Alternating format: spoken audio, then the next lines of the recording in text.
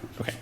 The way this operates is that each one fires individually and at a different time frame, one right after the other. So they're cammed with the screws on the inside. Now, to change the cylinders, lift the handle, which pushes against the hammer, so that you can then take a cylinder out, put a new cylinder back in.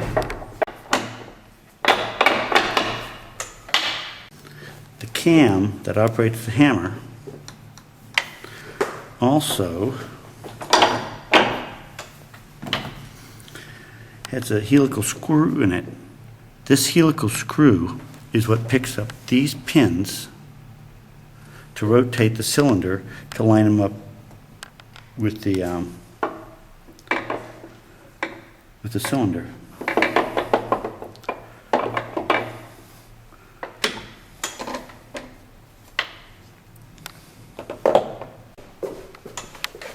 So this should slide right in like this and down.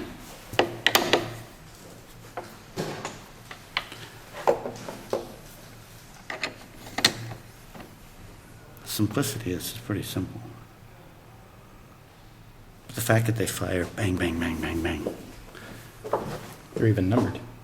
Yeah. 1, 2, 3, 4, 5, 6.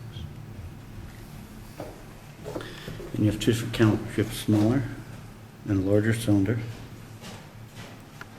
It's a fair amount of firepower in a short period of time.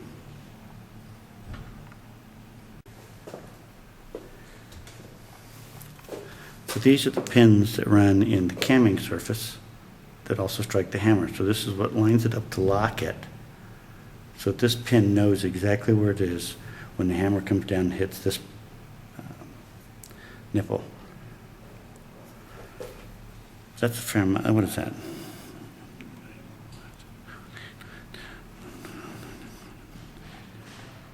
$20 rounds.